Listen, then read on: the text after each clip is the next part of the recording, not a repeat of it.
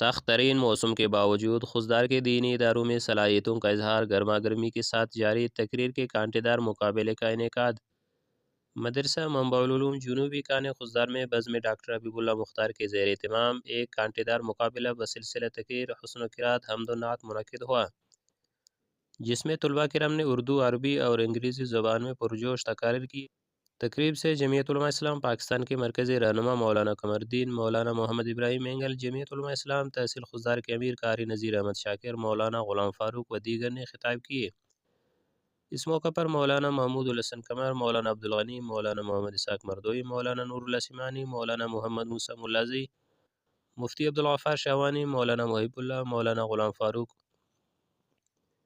مولانا غلام اللہ گنگو، مولانا محمد اسماعیل فیروز آبادی، شیخ عبدالکریم ملازی، مولانا محمد یوسف مینگل، مولانا راشد نور، قاری عبدالمالک سمیت دیگر نے شرکت کی۔ قاری عبدالوحید ریسانی تلاوت قرآن سے مجلس کو معطر کر دیا۔ نظامت کے فرائض مولانا محمد جان پندرانی سر انجام دیتے رہے۔